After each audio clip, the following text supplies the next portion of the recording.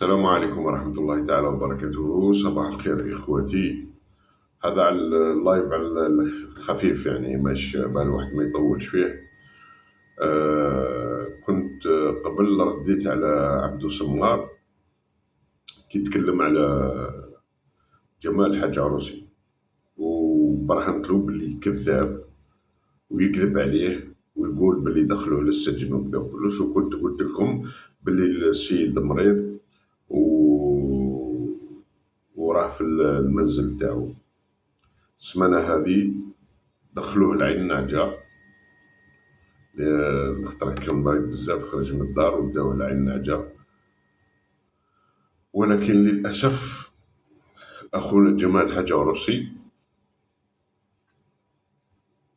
هذا هو اللي راني نتكلم عليه.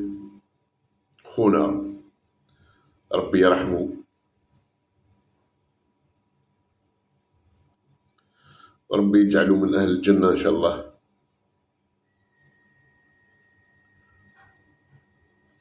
دونك توفى مسكين، الله يرحمه ويوسع عليه.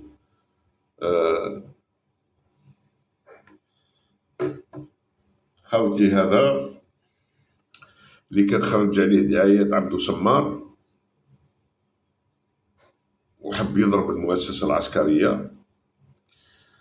اليوم السيد هذا توفى، الله يرحمه ويوسع عليه وربي يجعله من أهل الجنة.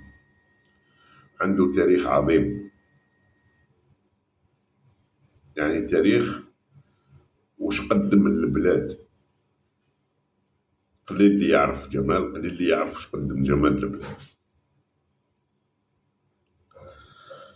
على كل حال درت هذا اللايف هذا أو هذا التسجيل. اتصلوا بي العائلة تاعو، قالوا لي بلي راه جمال توفى. يعني تأسفت بزاف، وما عنديش، ما يقدرش الواحد وش يعبر وش يقول. النهار اللي تعرف بلي راك ودرت راجل بمعنى الكلمة بالنسبة للعائلة أو بالنسبة لنا أو بالنسبة للوطن، باه يجي صعلوك بايع الذمة نتاعو خبيث يتكلم على سيادو ويكذب عليهم ويخرج في الدعايات. هذه اللي تغيظني، هذه اللي ما نحملهاش. بصح يجي النهار وين يخلصها عبدو سمار على الشيء اللي راه يدير فيه.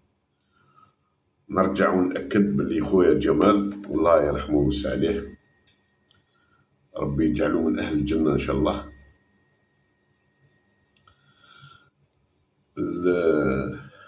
هذه نعتبرها كارثة، أنا والله نعتبرها كارثة خاوتي. عاوز نوريكم الصورة تاعو جنرال ماجور جمال حاج عروسي. هذا هو.